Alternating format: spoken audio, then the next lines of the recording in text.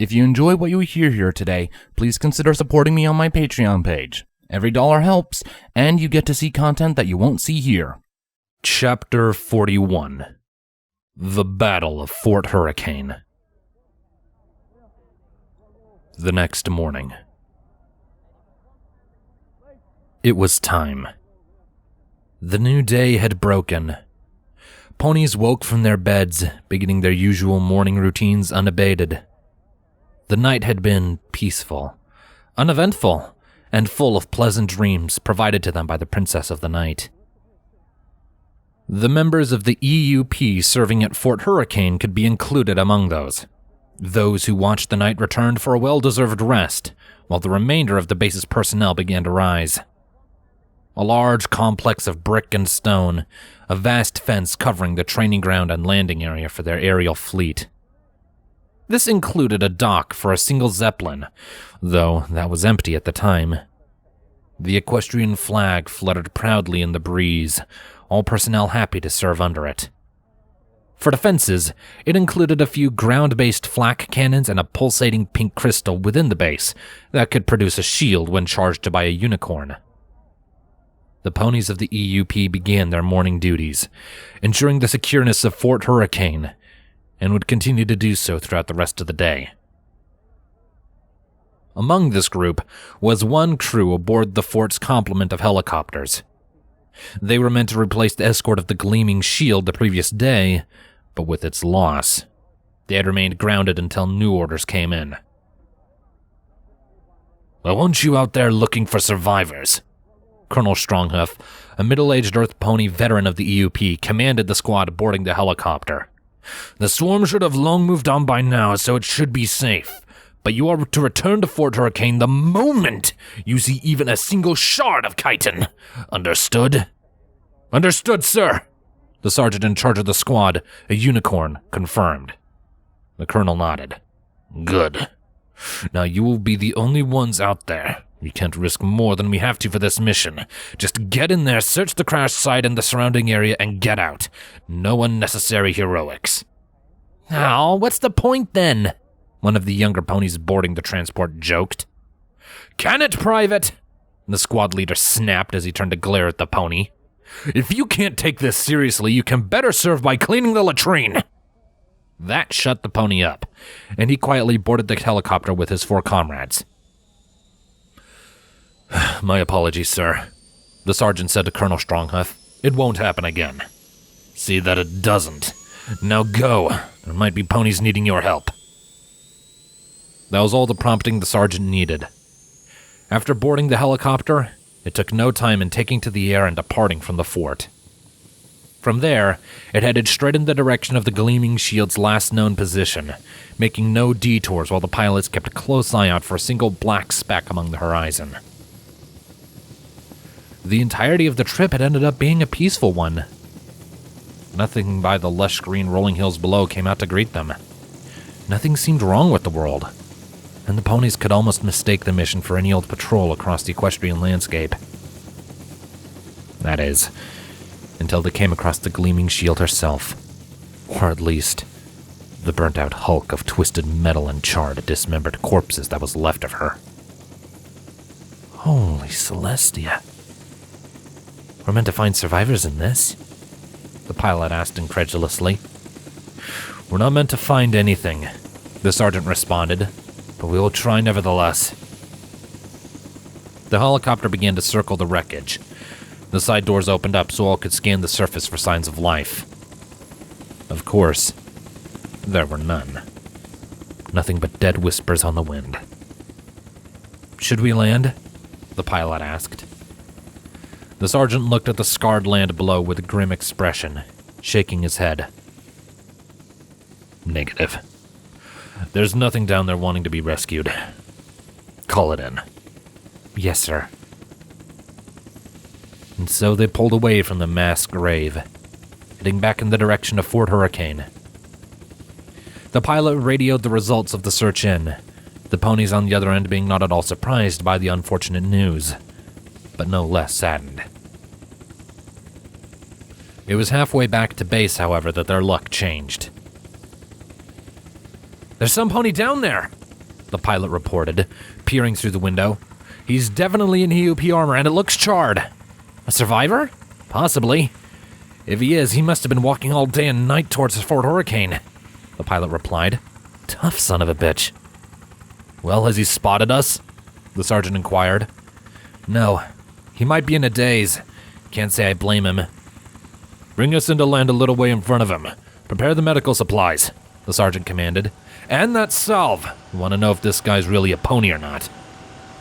The pilot did as ordered, the aerial vehicle diving from its altitude and touching down onto the dirt a little distance in front of where the spotted survivor was swalking. That definitely got his attention, and he stopped in his tracks as the ponies on board disembarked and made their way towards him.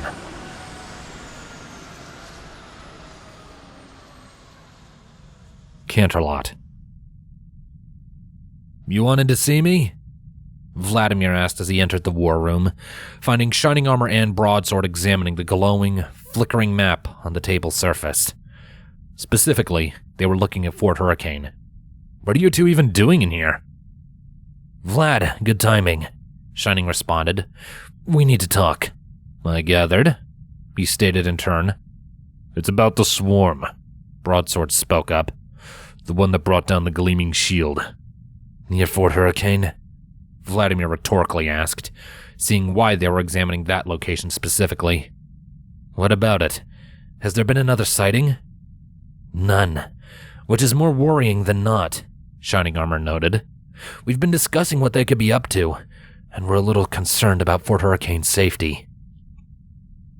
"It's a decently sized compound, and has been involved with changeling-related activities in the past. Its destruction would be a message to Equestria," Broadsword explained. "We're worried that that's the changeling's intent." Vladimir hummed, his metal wing twitching. Well, have they reported anything in?" "Not yet. But remember that the gleaming shield was assigned to Fort Hurricane as well," Broadsword responded. "Shining Armor wants to head over there with a small contingent to reinforce it." "Which has been arranged, by the way," Princess Cadence stated as she entered into the war room. "It's amazing how much you can get done when your child isn't taking up your time." "You miss her," Shining pointed out. "So do you," Cadence shot back. "The quicker this whole thing is done, the quicker I can hold my little filly again." "You said you arranged something?" Vladimir asked, getting the conversation back on track. "Right." Cadence cleared her throat. "A few transports full of members of the Solar Guard. I've had some EOP rerouted to Canterlot to replace them in the meantime. As a princess, it would be foolish of me to leave the capital understaffed." "And one of you are coming with me," Shining stated with authority. "Doesn't matter which one, but the others should hold the fort here. We can't all go." "I'll tag along," Vladimir volunteered. "I'll inform Princess Luna, and after that I know Broad can hold things down here." "That I can," Broadsword agreed. "I'll make sure the city is still on the side of the mountain when you return." "Well, if that's settled, the guards are waiting," Princess Cadence stated. "Vladimir, I can tell Aunt Luna myself while you get your equipment. You and Shining Armor need to prepare to leave immediately." "Eager to get rid of me this time?" Shining asked his wife with a smirk. "I know you're leaving this time," Cadence deadpanned back. "Besides, I'm coming with you." Shining blinked. But that wasn't the plan." "Plans change, honey," Cadence snarked in return, stealing a quick kiss from the now flustered prince. "So get going. I'll meet you down there." Fort Hurricane. The squad had just returned from its rescue mission, reporting a single survivor having been found. They had confirmed that he'd been checked over for changeling infiltration, and then came into land so the pony could receive immediate medical attention. The squad themselves were checked over for changeling infiltration, and confirmed to be the ponies they appeared to be. Carried on the stretcher, the wounded soldier was carted off of the helicopter and towards the medical bay. With that done, the squad dispersed and all headed into the main structure for debriefing. That was one task that none of the squad enjoyed, and all of them monotonously reported in what they had done to Colonel Stronghoof. They had encountered the stricken hulk of the Gleaming Shield, and found no survivors there. After that, They had called it in and began to return to Fort Hurricane, and it was there that they had found a single survivor of the tragedy. After confirming they were not a changeling and giving them first aid, they had returned to base and got to the point they were then at. After that, they were dismissed, the squad going separate ways. The sergeant himself headed straight for the communications room, where the various technological and magical machinery used to communicate over long distances was located. Meanwhile, in the infirmary, one of the nurses was checking over the survivor they had just lifted onto a bed. She noted that they seemed to be unconscious, though their burnt and dented armor had already been removed and discarded. She lit her horn, casting a small healing spell to help do away with the pain the poor pony was dealing with, while the doctors prepared to give him a full checkup. That nurse then tried, and failed, to scream when the patient awoke amidst green flames, and sharp fangs latched onto her throat. "Sergeant, what are you doing in here?" One of the ponies manning the communications equipment asked as the rescue mission's leader came walking in. He responded by drawing his blade and slicing the pony's neck. A second pony was silenced with a bolt of magic to the face, while the third was also impaled by the sharpened steel sword. With a green flicker in his eyes, and his expression but that of a zombie, the sergeant then charged his horn and sent jolts of magic into all of the equipment, frying it all until it was but useless junk. He then lifted his sword in his magic and slit his own throat. Similar incidents occurred throughout the base. Several ponies were slain, alarms suddenly spreading throughout the base. Each one killed themselves after that task was either complete or failed. The changeling in the infirmary had killed 2 other doctors before the EUP stormed in and cut them down. One of the ponies, the private who had smart-mouthed the colonel earlier that day, had made his way to the shield crystal.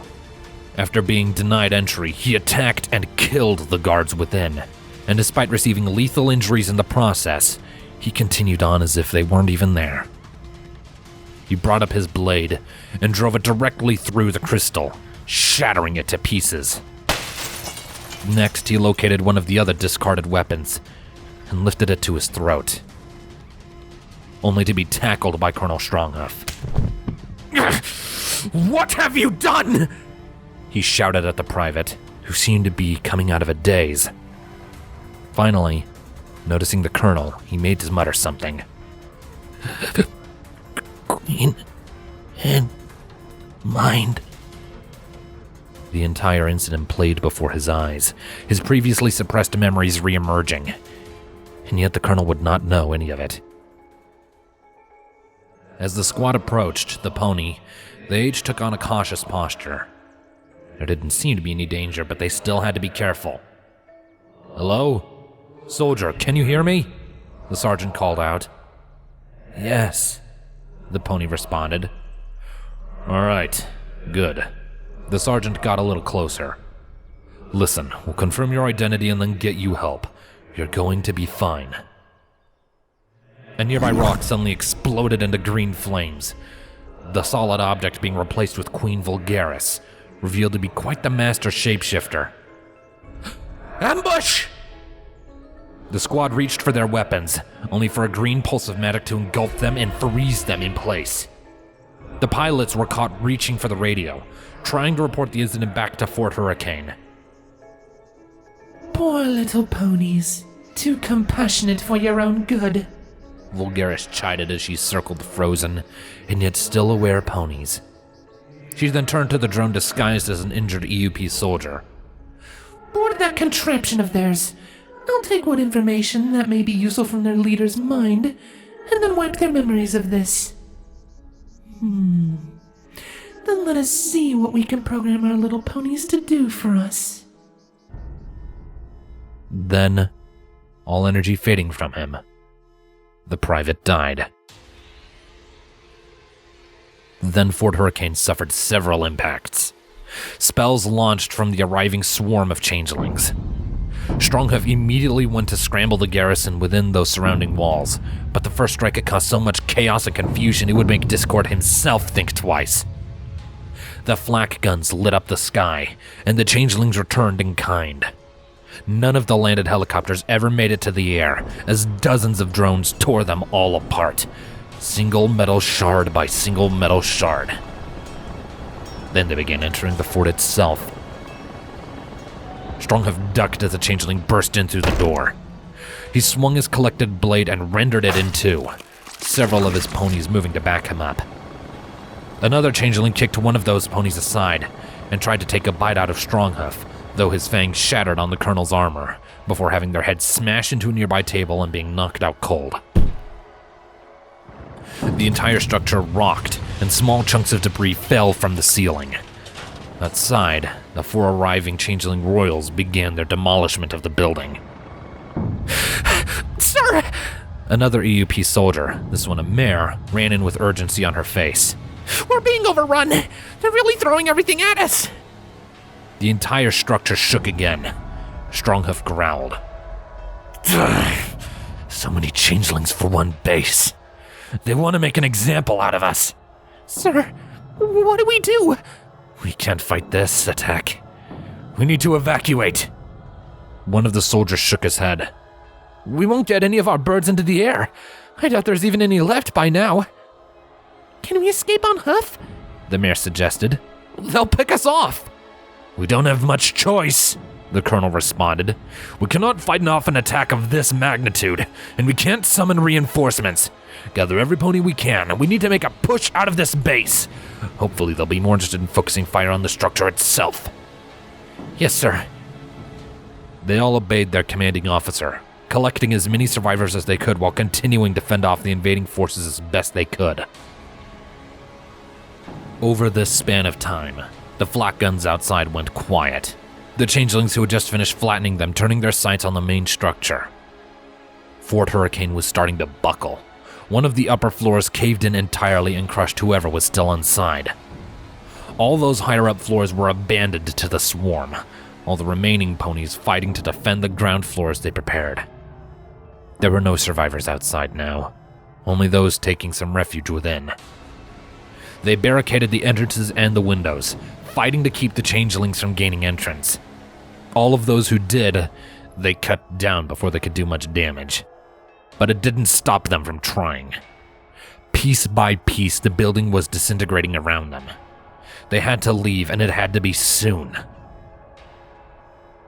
The plan was to make a push out into the training ground, and keep moving until they were out of Fort Hurricane and into the landscape beyond.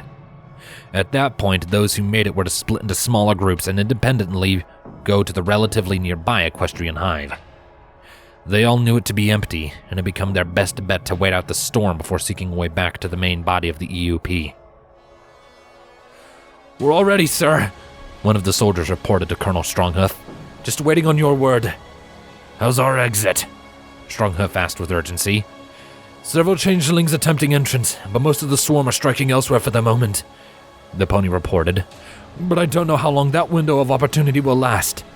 Then we leave now, he ordered.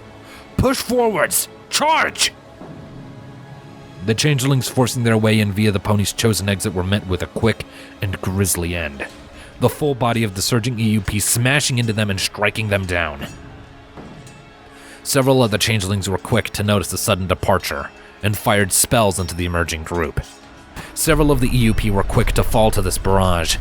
Others began to duck and to weave through scattered debris for cover as they made their escape. The earth ponies flattened any changelings directly in their path, Pegasi charging at any changeling diving straight for them, while the unicorns did their absolute best to protect their fellow ponies, via a mix of destruction magic sent at the changelings and shield spells to provide the EUP with cover. Queen Cocoon looked away from the main structure as her daughter, Vulgaris and Imperius, continued to strip it piece by piece. Her glowing red eyes locked onto the fleeing ponies hungrily. Focus on the structure, the Empress commanded. Leave nothing behind. Send some drones to hunt down those who flee. As you wish. Some of the drones broke away from the main body of the swarm, moving to pursue the fleeing EUP. The ponies made it all the way to the edges of the training grounds before the changelings caught up to them. But then, the swarm became determined to let them go no further. The drones moved to surround the ponies in the air and on the ground, attempting to box them in. The ponies continued on forth, never giving up in their attempts to fight their way through. Slowly, however, the changelings were succeeding in their efforts. The battleground quickly became condensed, ponies and changelings laying into one another in an epic struggle to the death. Colonel Stronghoof struck down one changeling attempting to bite on one of his fellows, before killing another attempting to do the same to him. Blades clashed, skulls shattered, and bones snapped. Both sides were unrelenting, but as there seemed to be less and less ponies, the changelings were just as numerous. Stronghoof ducked under one changeling's blade before giving them a heavy buck to the ribs, which clearly shattered into many little pieces. As he turned to continue the fight, however, a spell impacted his barrel and sent him hurtling. He landed on the hard ground in excruciating pain, his vision swimming. A black chitin-covered figure appeared over him, blade raised with the intent to finish the colonel then and there, only for a metallic wing to swipe through and behead the changeling. "I've got him!" Vladimir shouted over to Shining Armor, hoisting the colonel onto his back as the latter used his magic to assist another group of EUP. The arriving helicopters overhead fired their weapons into the changelings, succeeding in dispersing the crowd as the Solar Guard began to assist their fellow ponies in pushing back against their pursuers. Cyan beams of magic assisted in that effort, Princess Miyamori Cadenza having formed a set of crystalline armor around herself as she made sure to protect those ponies who had survived up until that point. Most of the EUP had been killed in their escape attempt, but it appeared those who remained had reached salvation. "Get the remaining survivors on board," Shining commanded. "Fill in the capacity and then some, just get them out of here!" "On it," Vladimir shouted back. Over by what little remained of Fort Hurricane, the arrival of the Solar Guard had started to gain some attention. A green portal in the ground sprung forth, and Queen Cocoon quickly emerged, the Empress having allowed this slight change of plans. While the others continued to raise what had not so long ago been a symbol of the EUP's strength, Queen Cocoon's feral gaze locked onto the captain of the Lunar Guard. Vladimir had just loaded the injured colonel onto the helicopter when a magical aura snagged his tail and violently dragged him backwards. After skidding along the ground, he found himself looking up at the snarling changeling queen, with a blade of green magic hurtling down towards him. Almost instinctively, he brought up his metal wing with the blades unleashed, using his weaponized appendage to block the attack.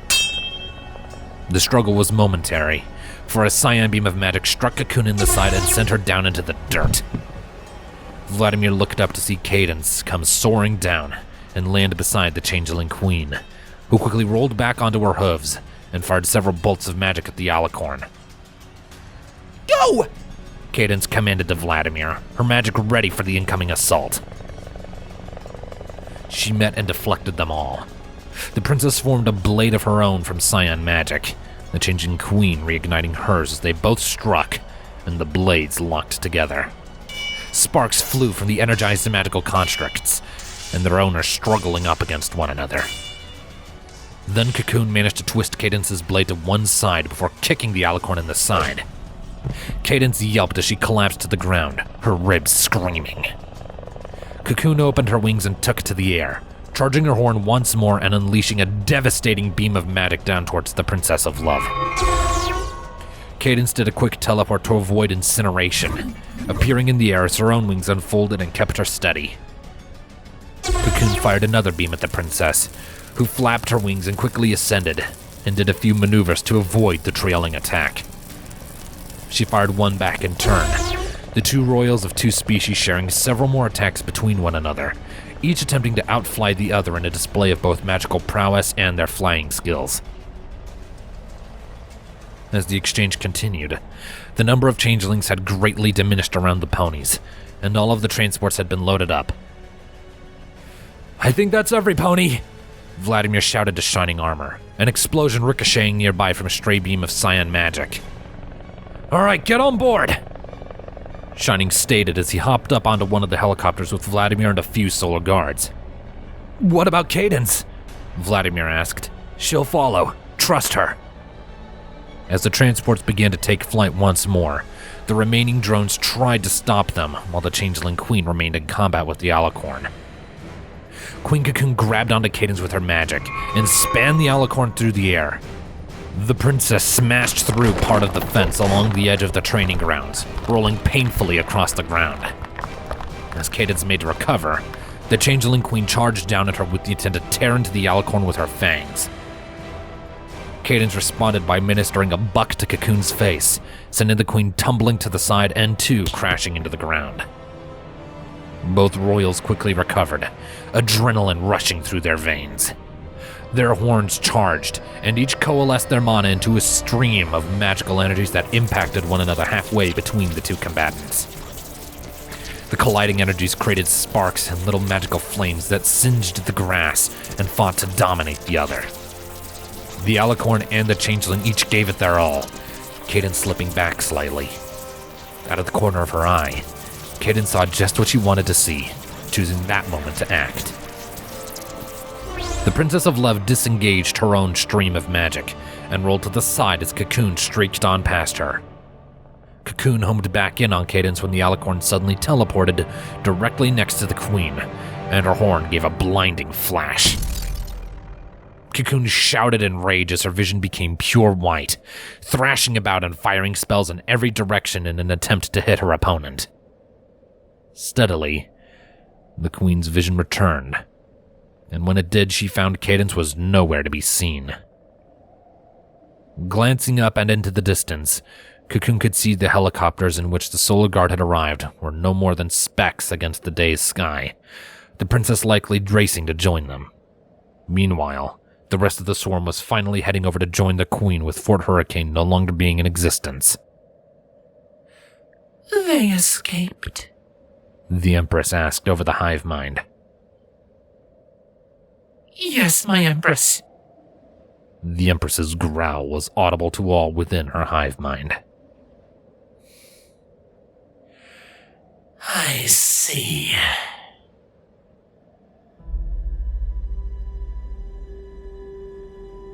The spot where Fort Hurricane once existed was no longer visible as Cadence was finally able to fly into the open door of the helicopter where her husband was located. It was a tight fit with all those inside, but there was just enough. It would not be a comfy ride back, but it was necessary given the circumstances. We barely brought enough of these things with us for every pony, Vladimir said to Cadence as she entered. Every pony who made it to us, anyway. They never stood a chance, especially with their communications and shield crystal gone, Shining noted. They were vastly outnumbered by that swarm. We saved who we could, Cadence responded. We need to get back to Canterlot. Your Highness, the pilot shouted back from the cockpit. We just received word. Queen Twilight Sparkle's been sighted. Sighted? Shining Armor's eyes widened. My sister's been sighted? Where? Ponyville. She and a swarm of drones attacked it.